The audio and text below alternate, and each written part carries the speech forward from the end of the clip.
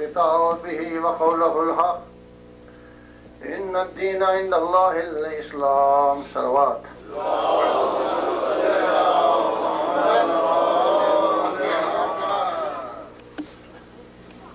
Islam is the deen of Allah, and Allah wants His creation to follow His deen. And if anyone follows His deen, let them not be under the impression that they are doing a favor to Allah. It is for the upliftment of mankind as such. If anyone follows those rules and regulations laid down by Islam, it is for his own benefit, and the word human being will befit him. If he tries to implement the teachings of the Prophet, he becomes more important than the angels. And if he goes against the teachings of the Prophet and Islam, he becomes more basic than the animals. This is brief, the idea of Islam. And Islam, as it is today understood, it is just vice versa. Islam, as all of us know, is a deen of submission, a deen of Allah, unconditional surrender to the will of God. Unconditional surrender to the will of God. Islam, as all of us know, means peace, salamati. And today, the picture one gets is, Islam is a deen of terrorism. Now why? Islam, that deen which is accepted by more than 1.2 billion people today, is facing crisis.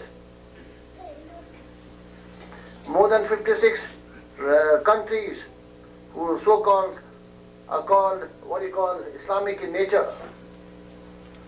But among them you will find bloodshed, chaos, crisis from all fronts. Why? How is that only the Muslims suffer from all these things? Why not others?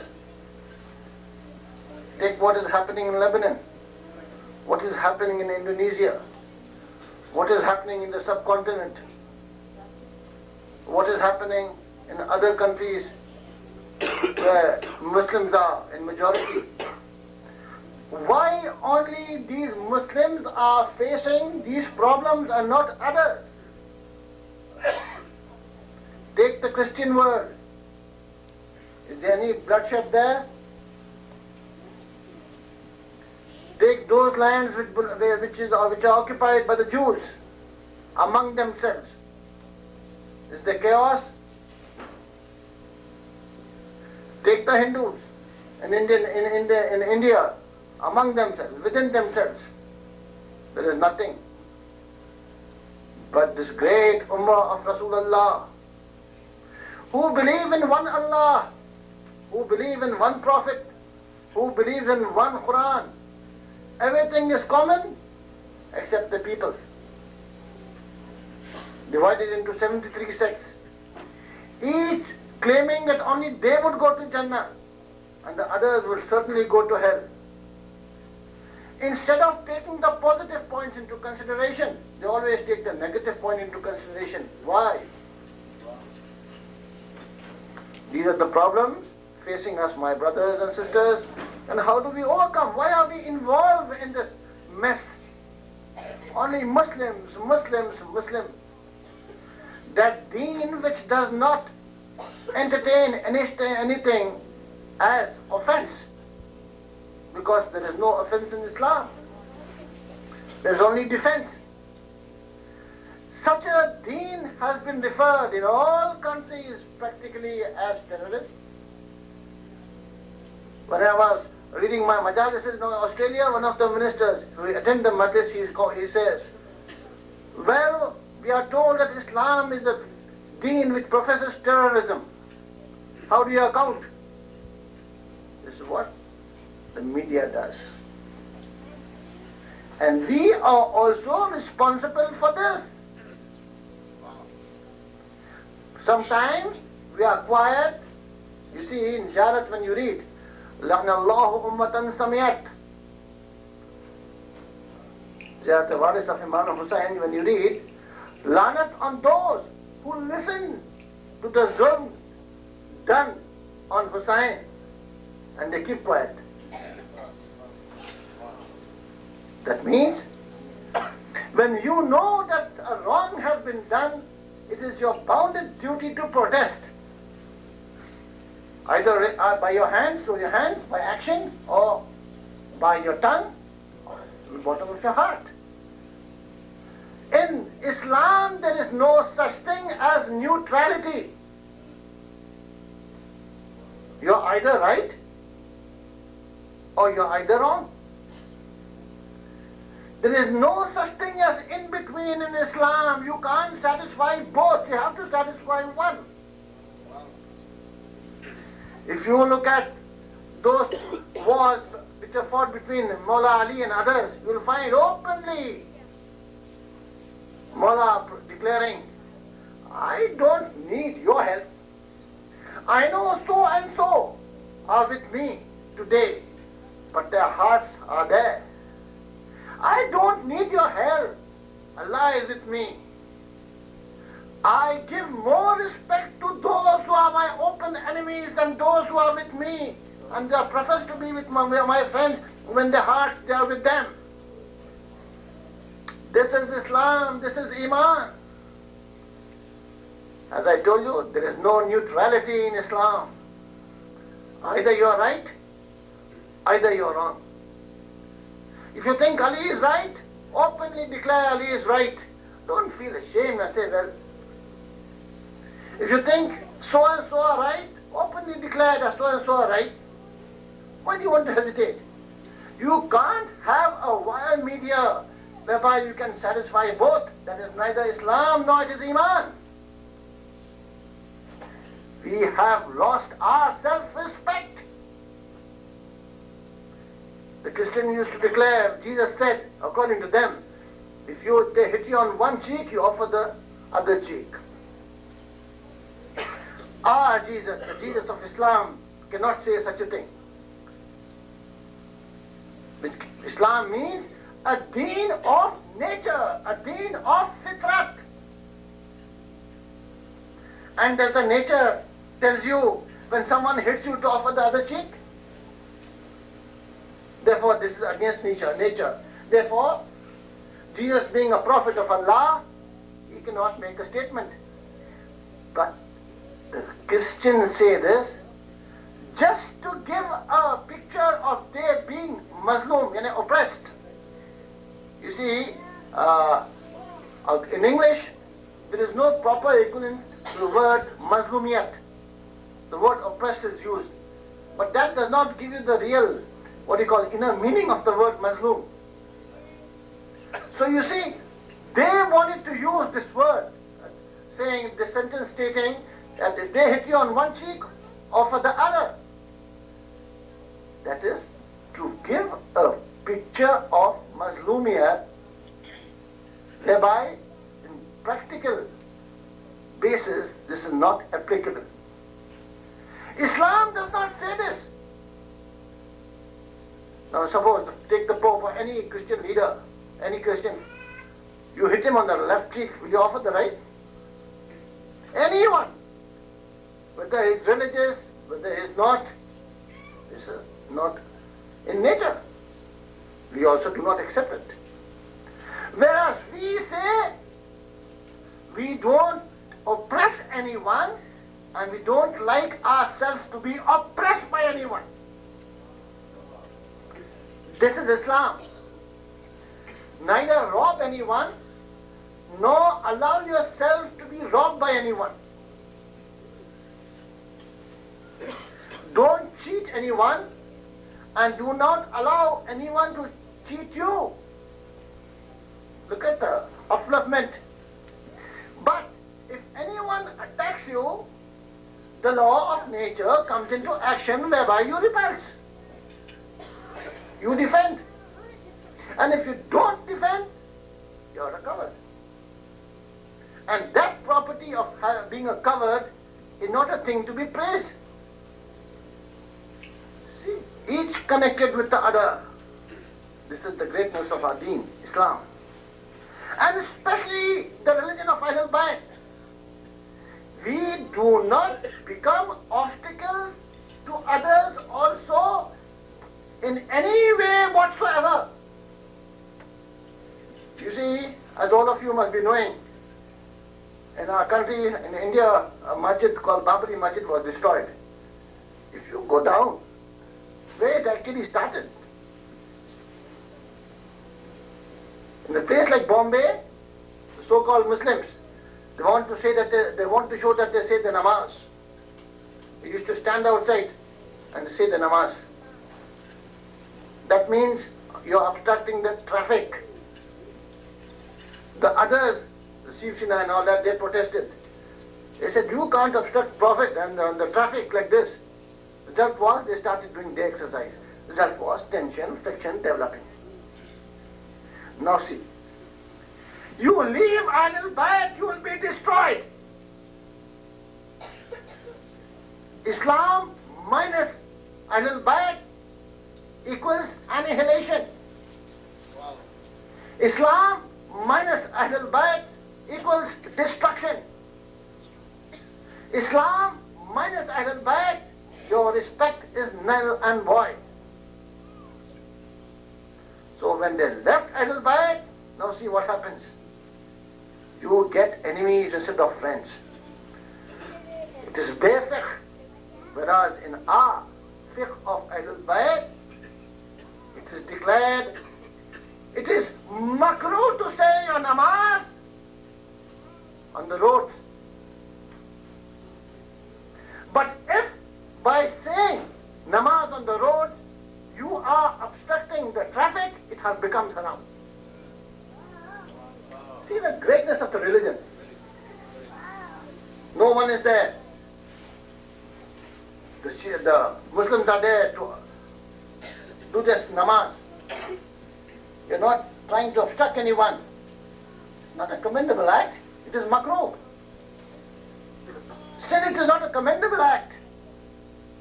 It is makruh. But once you're going to obstruct the traffic, it becomes haram. The result? We don't pray outside. The result? No fight between the Shias and the others. Who has saved us? Otherwise, we would also be in the same plane. So, what all has befallen on Islam, my brothers, it is because of them leaving Ahlul Bayt. Whatever Ahlul Bayt says, do the opposite. Especially what all Ali says, do the opposite. The result is, even in the field of those who wants to talk about the emancipation of women in Islam, all are demanding that the Sharia should be changed. At least most of them, some of them. What did President Nasser do when he was the president? He took this Quran and he kept it at the feet of the statue of Firaun. It's an old book. It has to be changed now. See what is happening? What are some doing? They are saying this is an outdated book. It does not answer the call of all times. Therefore it has to be changed. I was going to a book written by Fatima Marsani from Morocco. If you read the book, you know our children especially have to be wide awake. Because your imams, what you understand about your imams, and what you understand about our history and our culture will be in danger if you sleep. It is written in the book, the greatest personality as far as the fair sex is concerned is Aisha. Reason. Can you hear the reason? She was the person who tried to lift the voice of the female folk. against the oppression of the male elite. And how did she raise the voice? It's written in the book, printed here only in America. And how? She was the person who fought against the Khalif, lawful Khalif of the time, Ali ibn Abi Talib. So far, we used to convert these people into our faith by saying, see, a lawful Khalif, Ali, anyone raises his hand against what happens? They used to accept. Now see the interpretation. Emancipation of women in Islam. Women and men are equal in Islam. Those ahadiths which say that after all, women, of course the Ahlul Bayt says that women and men are same in the eyes of Allah, and they each have responsibility. Inshallah, before I go, I'll say a few words about the status of women in Islam. But here, just to connect the book, I want to say that she goes on to state that it is a good thing that Aisha stood and fought Ali, and it shows her braveness, her daringness. Ali may be the Khalif, but I want to raise my voice. What? That we have got the right to fight you also. How do you like the argument? This is what is happening. When we read the ziyarat of Amir al-Mu'mineen, Assalamu alayka ya Abal Imma, and wherever the praise of Ali is there, they quietly take away the name of Ali ibn Abi Talib and put the names of these three. Not now, after 15, 20, 30 years, what's the result? You follow? How slowly the poison is spreading. To stop this poison from spreading, it is necessary that we wake up. We just can't go on sleeping. And we can't restrict ourselves only to namaz and roza and all these things. It's a very wide plane. You're fighting for the deen of Allah. You're fighting for the cause of Rasulullah. You're fighting for that which Hussein gave his life for. And understand Islam in its proper perspective. Islam, for example, some are under the impression Islam means lead a humble life, whereas in inception that which is called poverty, hated by all. Islam says starve. Islam says don't wear good clothes, so on and so forth. This is against the religion of Ahlul Bayt. You follow? This is all against the religion of Ahlul Bayt. Imagine the followers of Ali, God forbid, all beggars, is it? If they don't earn, if they are not rich, you mean to say a community full of beggars? Is that praiseworthy? So Ali says, Ahlul Bayt says, earn, toil. The ayat which has to be written in gold and kept in front of all students, all elders, in all offices and in all homes. لَيْسَ لِلْإِنسَانِ إِلَّا مَا سَعَى. O insan, there is nothing for you except that which you strive for. Now this in brief is Islam. If you take on a tasbih and start saying, Allah give, Allah himself says, I will not give. Allah says, I will not give. Then strive, work hard. And after striving and working as hard as possible, leave it to Allah. It is then He helps, not otherwise. Islam is not a deen which makes you just become like hermits. Put this in a position whereby the whole community is involved. If this was commendable, with tasbih in your hands, the whole lot of the Islamic world with tasbih in their hands.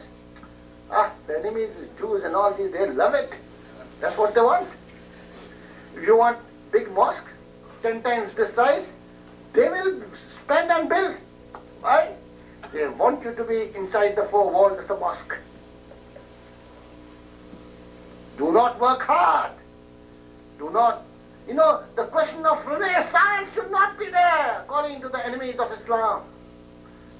Whatever you want, they will give. You don't open your eyes. You want food, we'll give you food. You want clothing, we'll provide you the clothing. Shelter, anything you want, we'll give. But sleep. This is exactly the opposite of what Islam says. Rasulullah was going. It was summer. And in the deserts of Arabia, while going, many of them were fasting. It was noon. Extremely hot.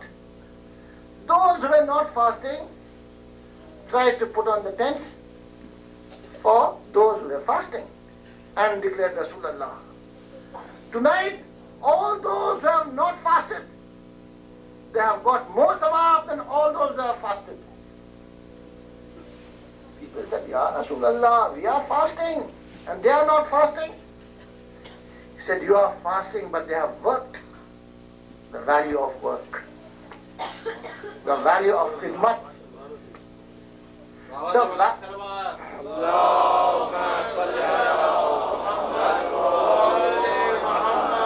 Your fasting and all such things are for yourself only, by which you are raised spiritually, that's all. Allah is not hard up of your namaz.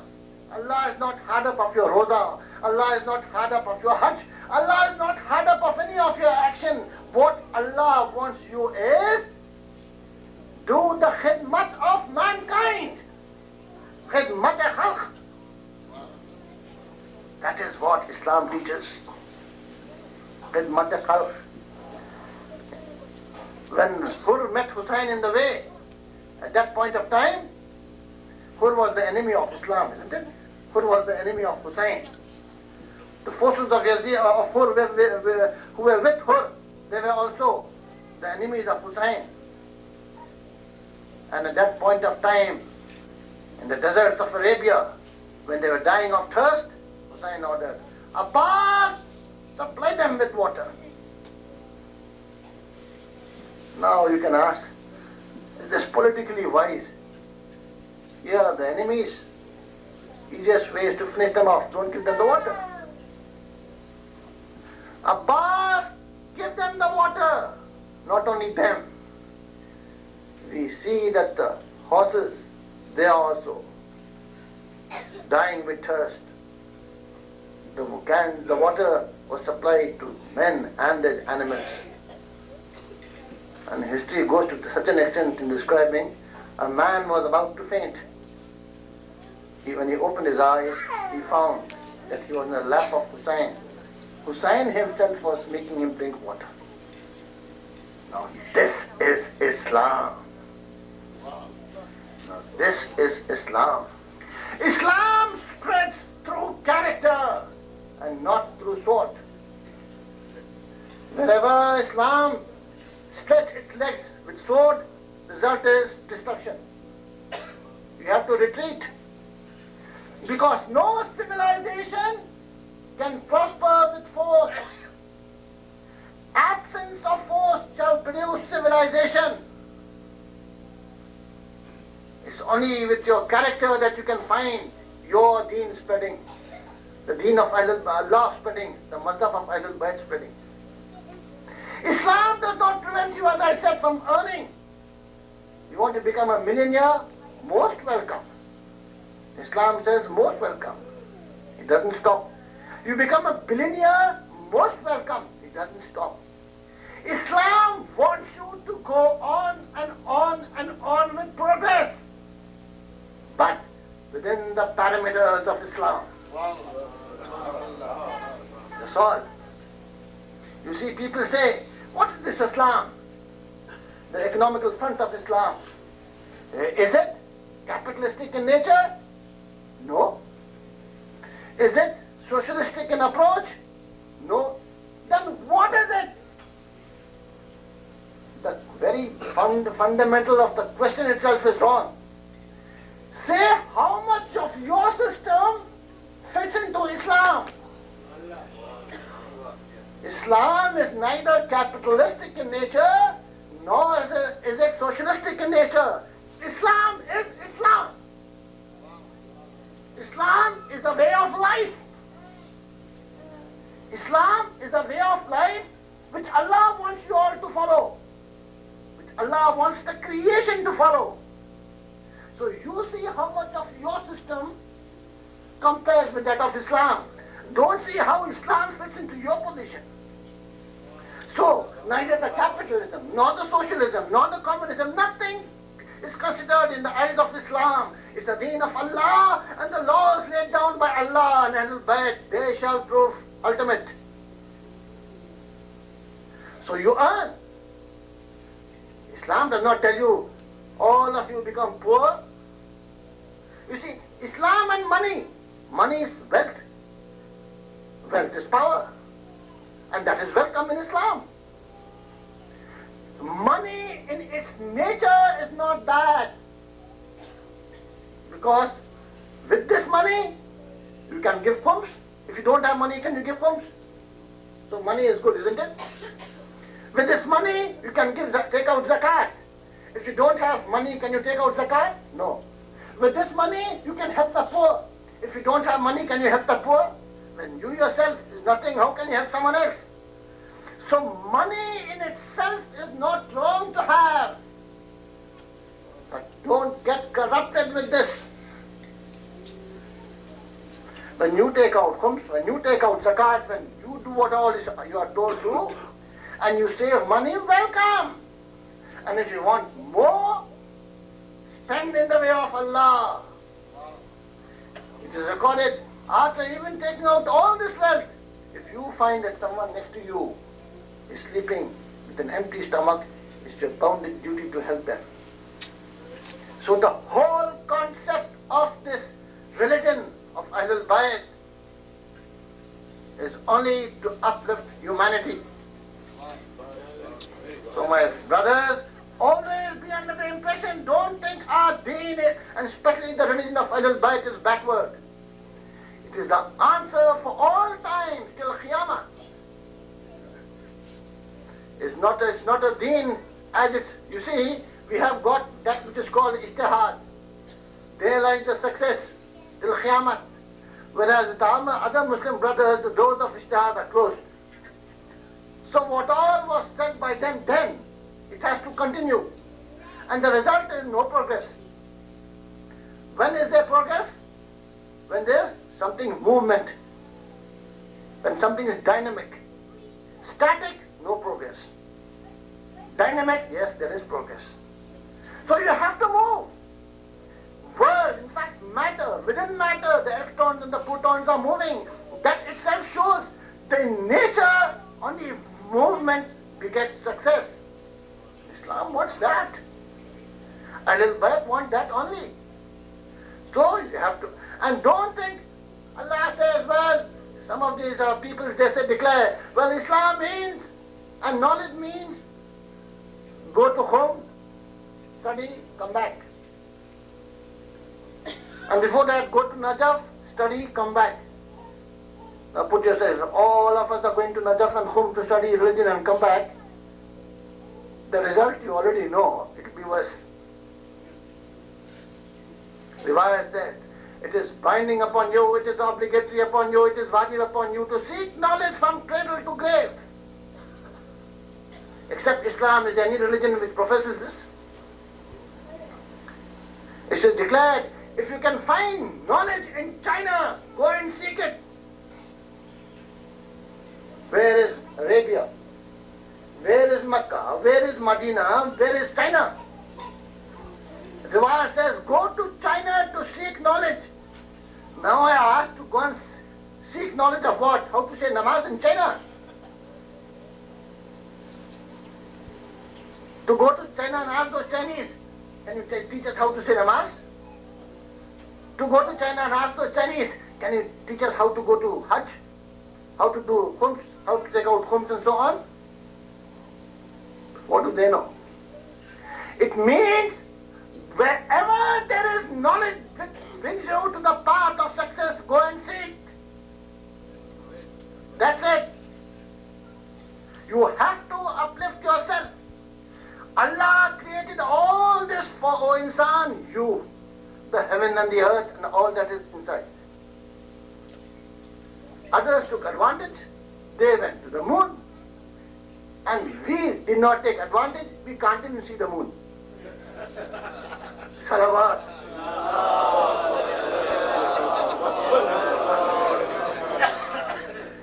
Imagine nowadays, are we not facing these problems? And they will land up. They are keeping their legs on the moon, declaring, see, this is what we can do. All that belonged to us, they have taken it away from us.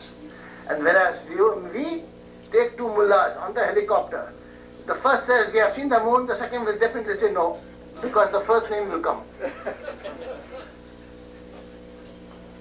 So they have set their legs on the moon, whereas we, the followers of the deen of Allah, the so-called deen, which we consider as deen, we can't even sight the moon. Hence they take advantage. Ignorance is the worst disease. And when they know that we have got the disease, they take complete advantage of this. The result is, see the Islamic world falling at the feet of America. Why? No self-interest within themselves. They do not want to strive to achieve anything. They want everything free and they want to safeguard their seats. Those who do not want others to even touch the zari of Rasulullah and say they call it haram and bidat. Why? Because we are touching the zari of Rasulullah, the grave of Rasulullah. Allah has made them touch the feet of those kafirs and say, come on, you go down there. Your sajda is there, not at Haram-e-Rasool. We makaru makarullah, wallahu khairul makirin.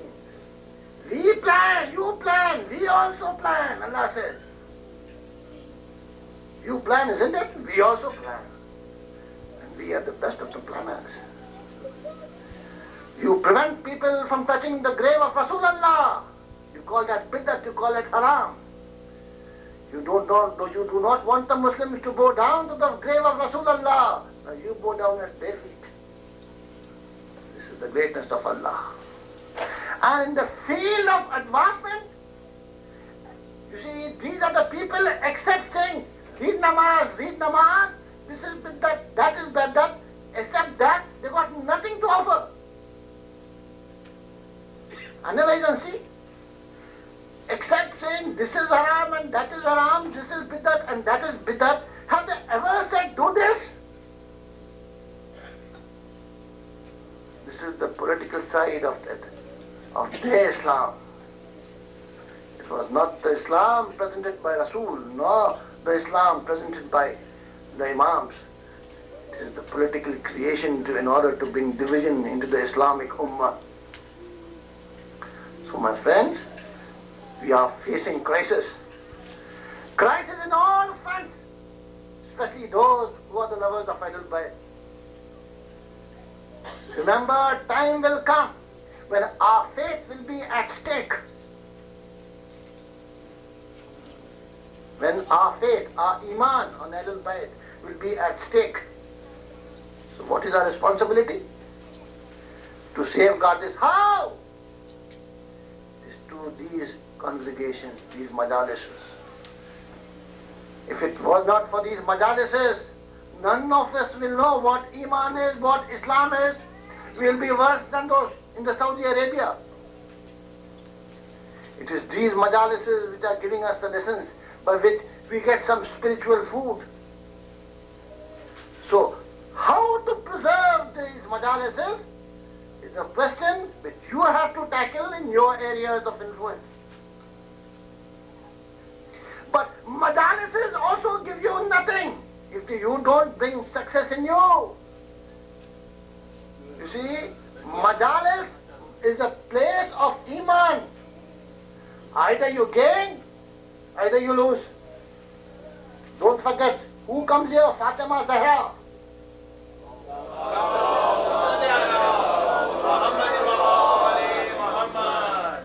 dear Fatima Zahra. Can anyone show me that Fatima Zahra goes to the mosque when you're praying? Show me. I don't know. When you're fasting, Fatima Zahra comes. When you're doing Hajj, Fatima Zahra comes. But wherever there is a majlis taking place, the mother comes to weep for the child. She doesn't come alone. She comes with her children, especially Zainab and Kulsum. Now, we should understand the importance of this, my brothers and sisters, the importance of majlis. Majlis is a place where Fatima Zahra comes. Hence, if you want to meet Fatima Zahra, all of us must come.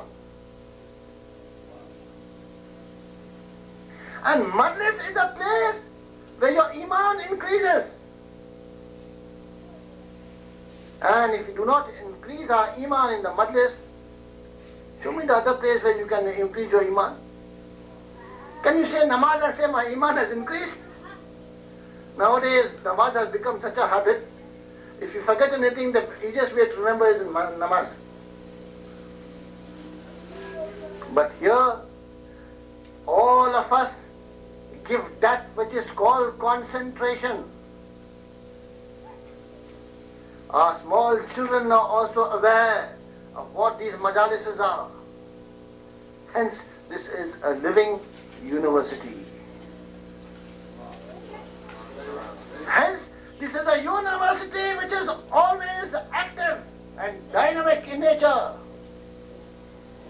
Hence, the words of Hussain go on from generation to generation. Hence, the du'as of Fatima Zahra. Baba, who will be there to cry for my Hussain? Oh, my Fatima, I will not be there. What about Ali? Ali will be no more. Baba, what about myself? Even you will not be alive. And Hassan, even he will be not alive. Then Baba, who will cry for my Hussain? Allah will bring forth those who will, gents will cry for the gents of Hussain, whose ladies will weep for the ladies of Hussain, whose children will weep for the children of Hussain. And this will go on till Qiyamah. So you see, a living religion. The dua of Fatima has to be accepted by Allah. When the whole world is against us, can you tell us anyone who is not against us? The Christians, they know, especially after the revolution in Iran. What? Before that, they did not know who a Sunni was, what a Shia was.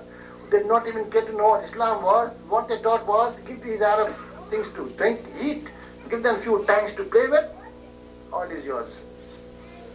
And came the Islamic revolution. They saw an old person like Khomeini, who called himself a mullah according to these people. And his hand, the hand that shakes the throne, that was the hand of Khomeini. He shook the throne, isn't it? In the name of Allah. Now the research started. How is that these other mullahs are not like this? Which school of thought does he follow? Then they came to know Hussain. Then they came to know Ali. Then through Ali and Hussain they came to know that these people are really, if it comes to their faith, they are prepared to die. They will give their lives. What happened in Lebanon? And more than 300 of these American forces were wiped out. What did the Begin, that time Prime Minister said? You can fight with those who want to live. How can you fight with those who say Shahadat and die?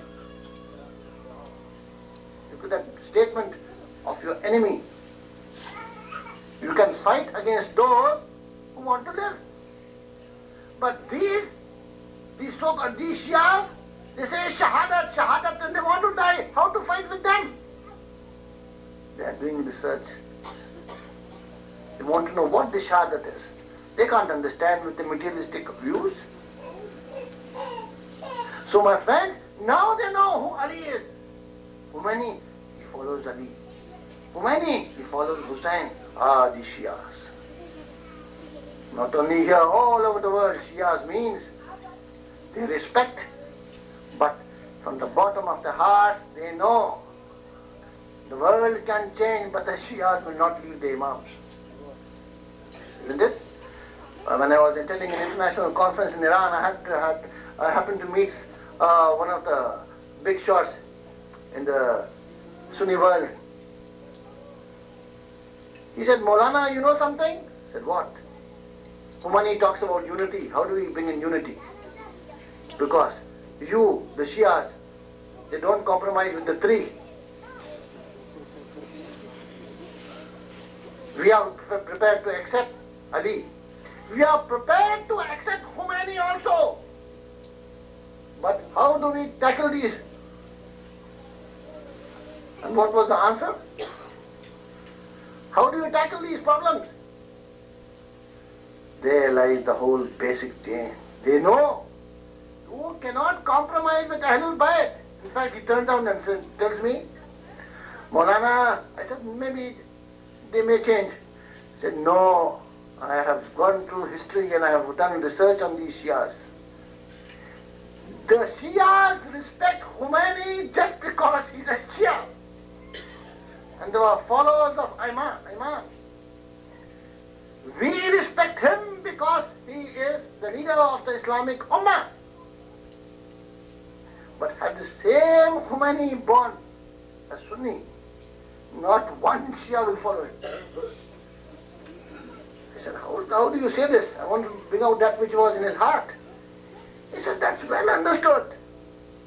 Today the Shias follows 12 Imams. If Khomeini turns around and said, well, I don't follow one, tomorrow all of them will become anti-Khomeini. Among the Shias is that which is called Azadari. He tells me, tomorrow if Khomeini goes against this, all of them will turn. So with the Shias it is not Khomeini or anyone, it is the Imams, Ahlul Bayt. It is Muhammad and Ali Muhammad, Salawat.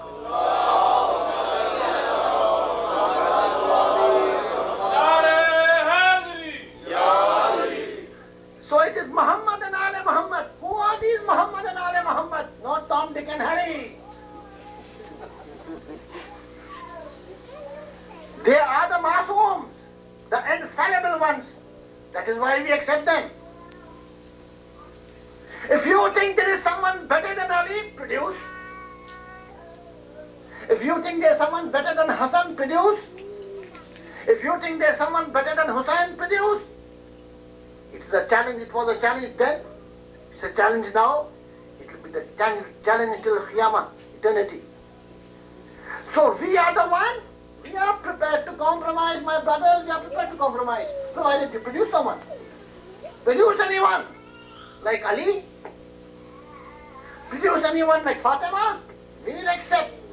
We are not biased in nature.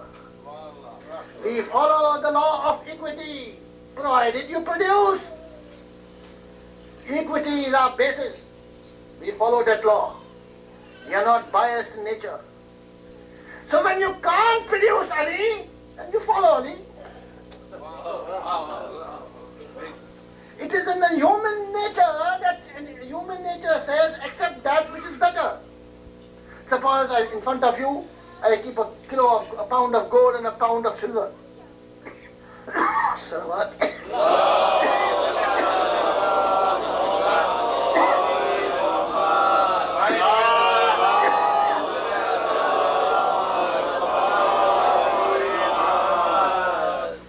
So suppose in front of you I keep a pound of gold and a pound of silver. Will there be any exception? All will just dive to take that pound of gold, isn't it? Suppose you say, no, I want silver, take him to mental hospital, something wrong. Why? Because he's going against reasoning, isn't it? When there's something which is good, you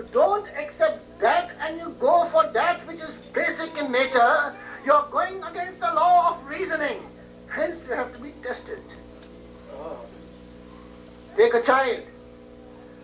What? About the American system was told, if anyone is 18 years, boy or girl, if they don't leave the house, if they don't have a girlfriend or boyfriend, some of them are...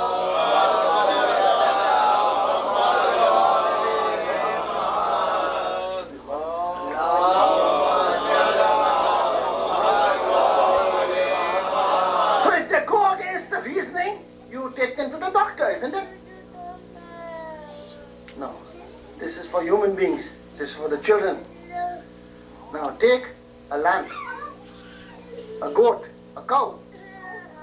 You put a green grass, fresh grass in front, or the dried up grass.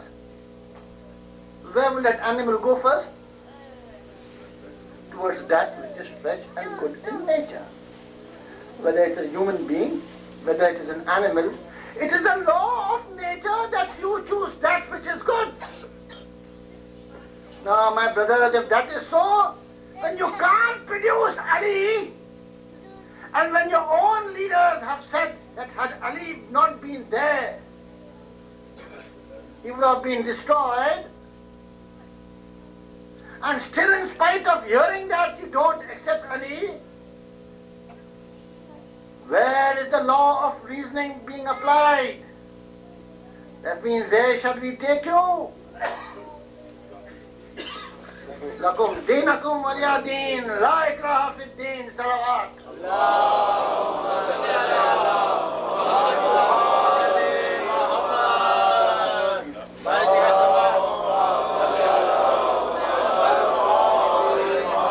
So Islam is a deen of reasoning. Accept that which is good, reject that which is not good. So we the Shias accept Ahlul Bayt for that reason only. They are impeccable, they are MASOM in nature, infallible in nature. If they are not infallible, not one historian of the Islamic world, in fact none in the world could say that these 12 MASOM, the 14 MASOM which we follow, including Fatima Zahra, they were not MASOM. There's something wrong with them. They were the enemies, they are the enemies, but they can't find out a defect. This is the real religion. This is the living religion of Allah. They are against them, but they can't find a defect in them. They don't follow them, but still they do not find a defect in them. If there's a defect, point out. It's a challenge till Qiyamah. Point out any defect in Ali. Point out any defect in Hassan and Hussain and other Ahlul Bayt. That is why Shia crave for Ahlul Bayt. That is why Shia crave for Ahlul Bayt. And now my brothers, inshallah, I will continue this tomorrow. But now, let me say that it is because of this greatness of Ahlul Bayt the world turned. What did Ali do that they became enemies of Ali? What did Ali do that they put a chain around Ali's neck and dragged him? What did Fatima do that they burnt her house? Hal jazaa'ul ihsan illa al-ihsan. Father, they were worse than animals, drinking the urine of camels. And Muhammad brought them in a platform where they were called humans, civilized nation. They used to bury their daughters, and Rasulullah uplifted them. They used to fight for small things for years and years, and Rasulullah made them come to a platform where they were called brothers. And what was the reward?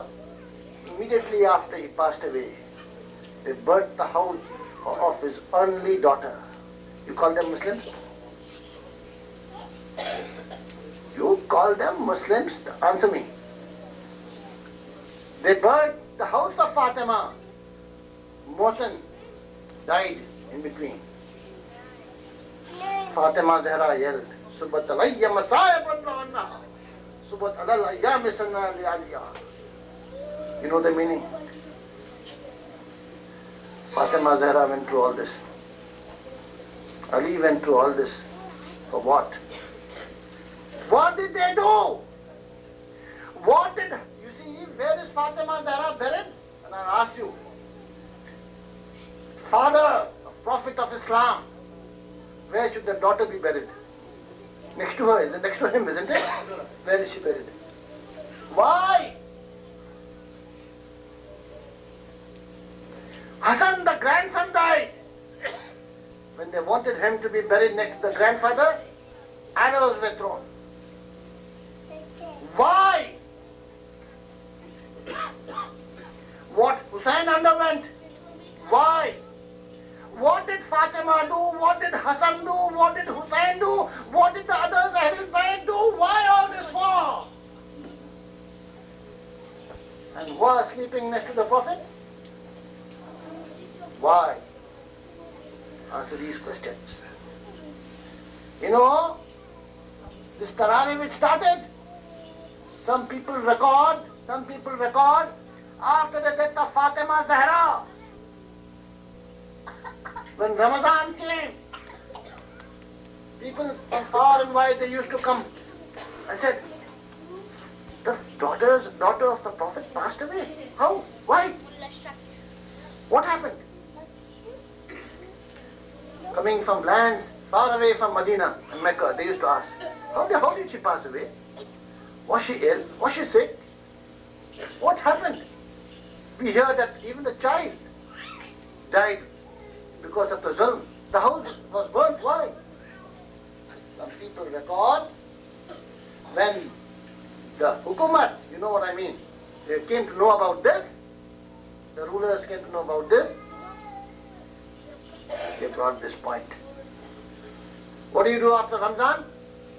You break the fast, and after breaking the fast, because the whole day you have spent in fasting, you talk to each other, sort of a rest.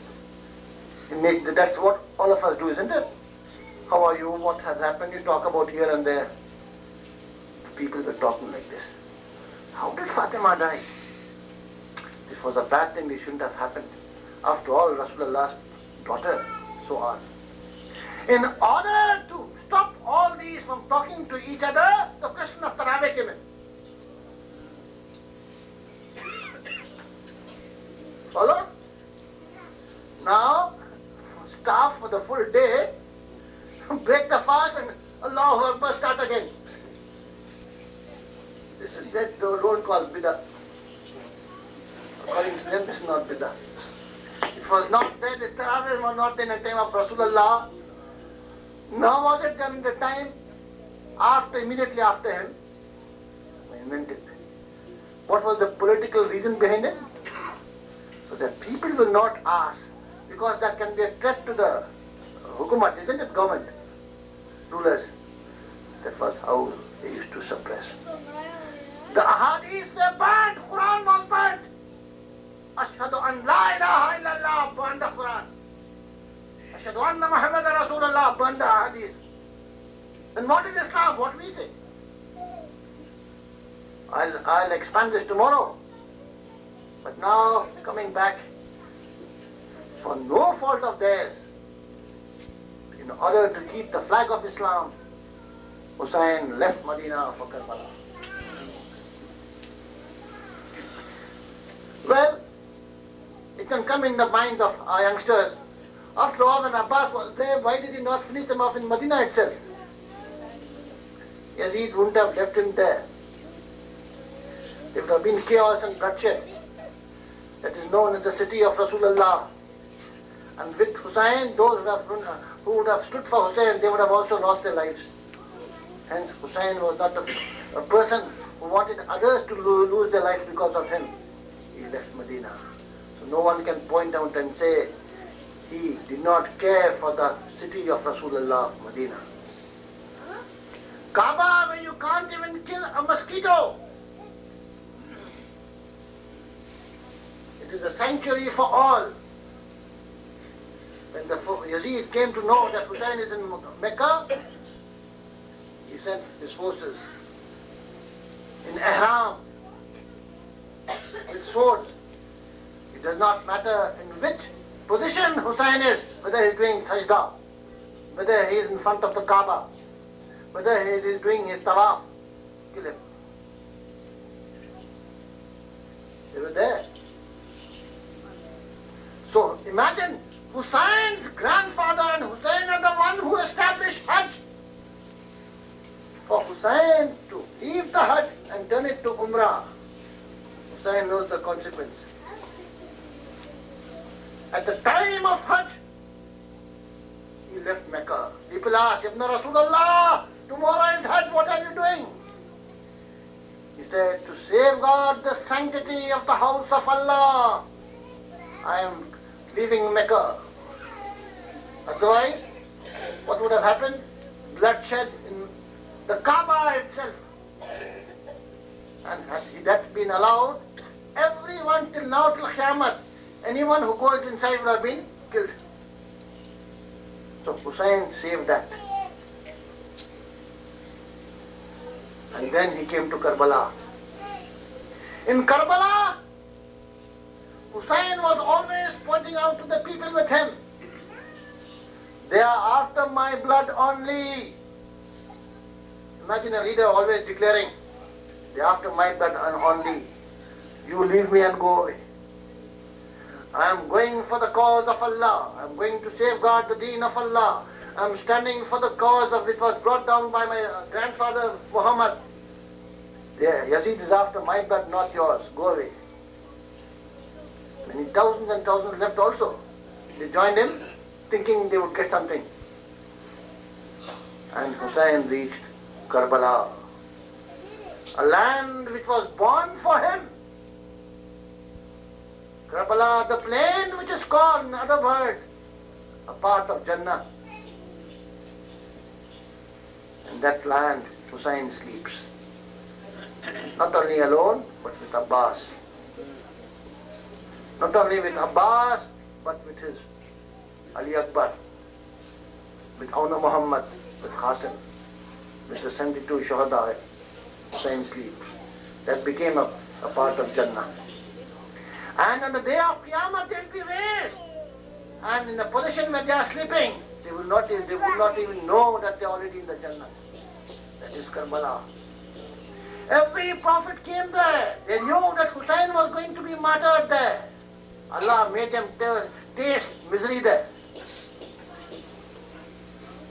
That was Karbala. And my brothers, after Karbala, Hussain was no more. And the Ahl Bayt were taken as captives. And the captives caravan from Karbala to Kufa, from Kufa to Sham. And here, today I would like to tell you something about Rabab. Rabab was the wife of Hussain.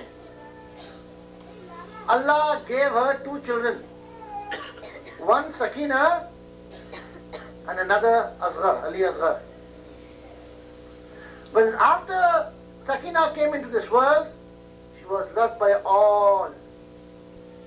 Hussain kept the names of all his children after Ali, Ali Akbar, Ali Asghar, Ali Awsat, and so on.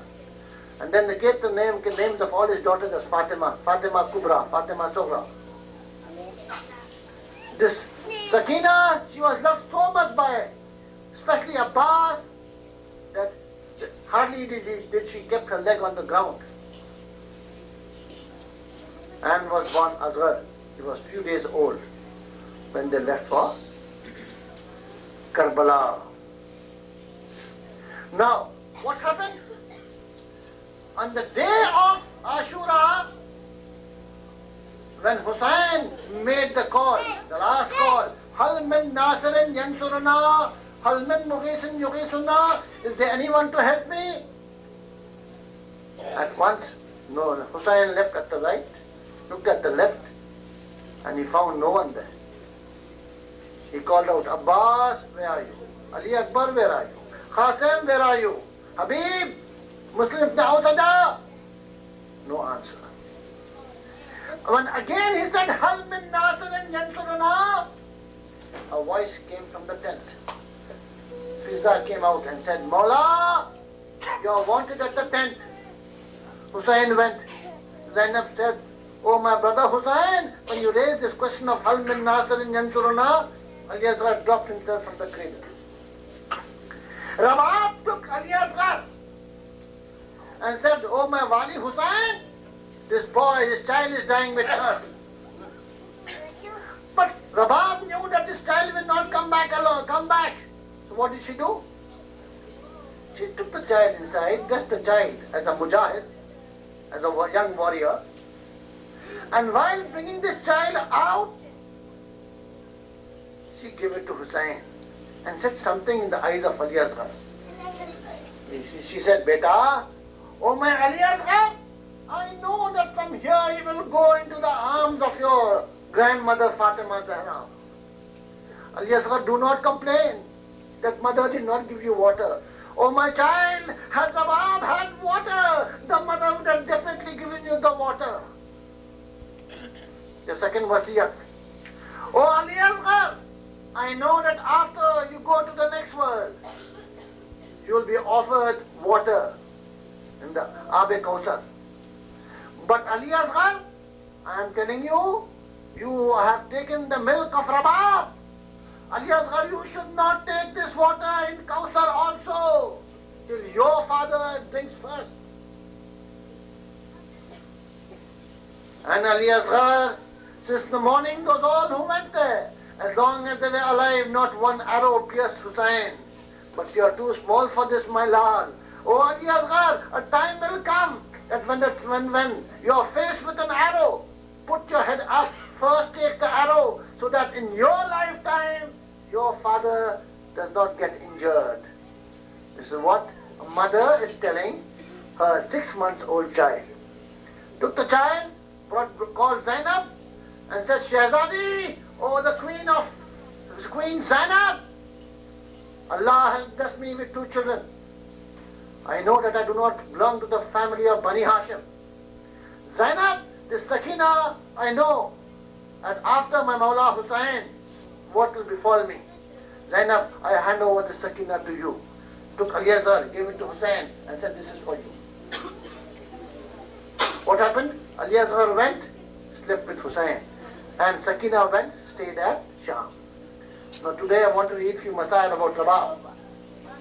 History records that when Sakina passed away at Sham, a time came when Yazid called Sayyid Sajjad and said, oh Sayyid Sajjad, Itna Rasulullah, what has happened.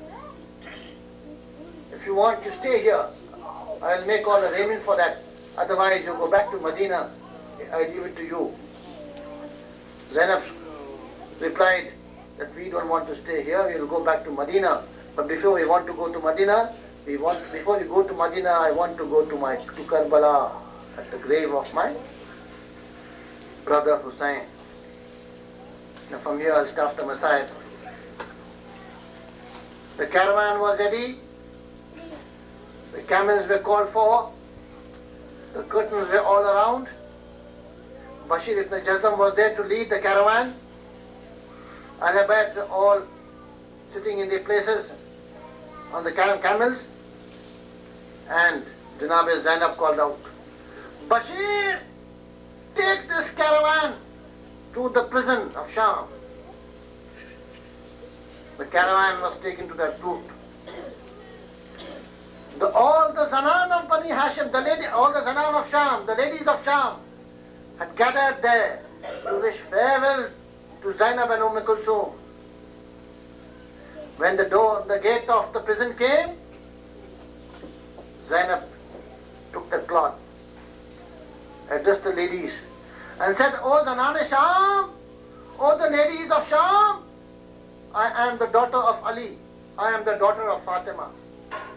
My daughter is sleeping here, her name is Sakina. She is alone. She is without her father. She is without the parents. And she is alone. She is a small child of 3.5 years old. Oh, the Zanan Sham, I appeal to you in the name of Allah. You also have children with you. You be having small children with you. Whenever you get time, please go to the grave of my daughter Sakina and read Fatiha for her and read Quran for her. Ajrakum Allah. After this, the caravan was ordered to pass through Karbala.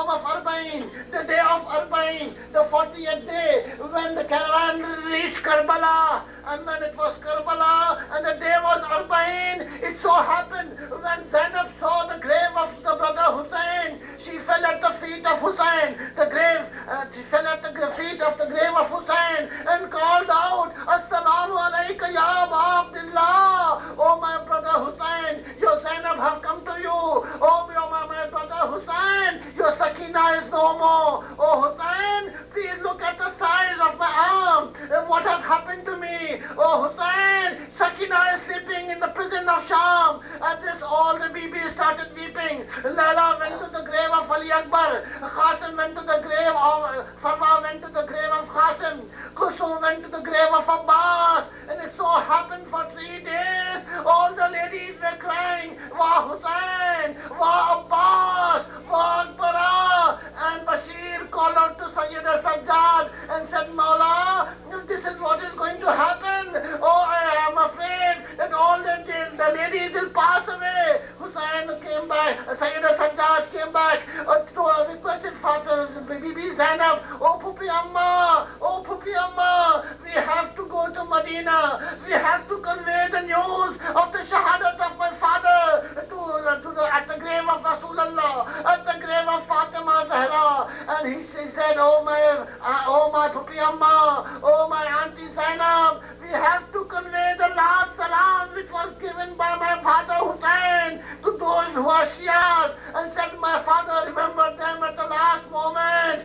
After saying all this, Zainab went and sat down. All the bibis, all the ladies mounted the camels, and then history records, Bibi Zainab said, oh Sayyida Sajjad, I can't find Rabab here. I can't find Rabab here. They started searching for Rabab, and history records, there was Rabab going around as a tawaf at the grave of Hussein and crying out, calling out, my Wali, you know have got no one except you, except Ali Asghar, and except Sakina. I possess no one. Now that you are gone, Ali Asghar is with you, Sakina is in prison, my Wali Hussein, and what do I do when I go to Medina? Oh Wali, I would like to sleep and be with you in this grave.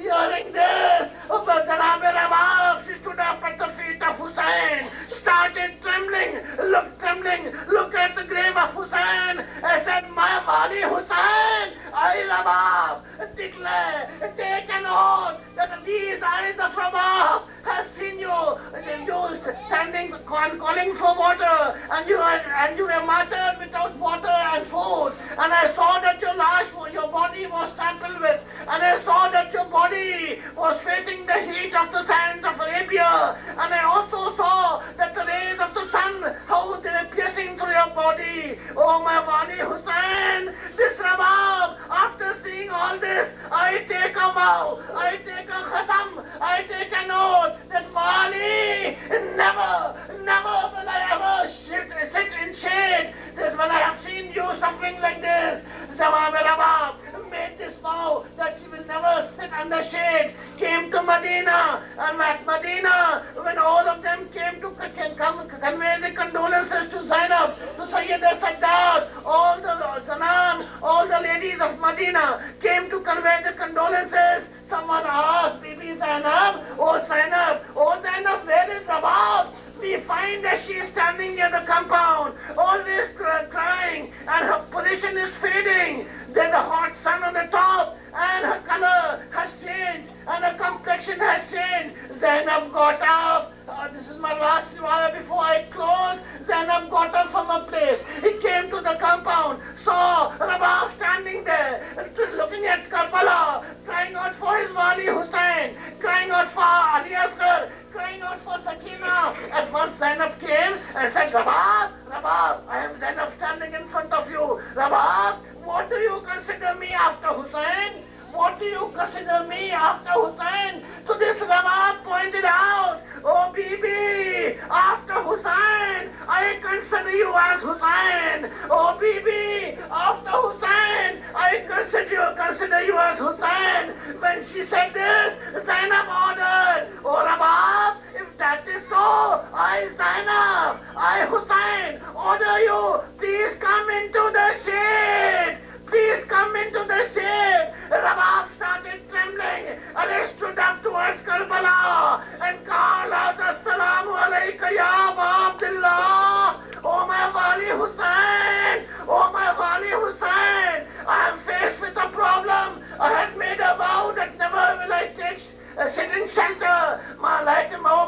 Hussain, now your Zainab is ordering me to come inside. At this she looked towards Karbala. She started trembling and the time came and she could not control herself. She fell down on the ground. Zainab went, felt her pulse, called out to Sayyid Sajjad. Oh Sayyid Sajjad, Inna Lillah wa Inna Ilayhi Raji'un. Oh Sajjad, Rabab is no more. Rabab has gone to meet his Wali Hussain.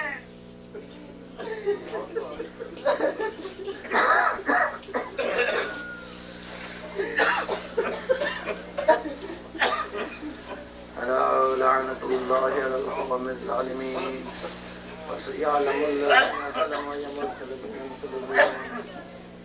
Oh Allah, I appeal to you in the name of Ahlul Bayt to forgive us our sins. I appeal to you in the name of Ahlul Bayt to keep us on the path of Mustaqim, the path of Ahlul Bayt, and take us to the shore as the soldiers of Imam al-Zaman. Amir Farma, Hussain, Hussain. Ya Hussein, Ya Hussein, Ya Hussein.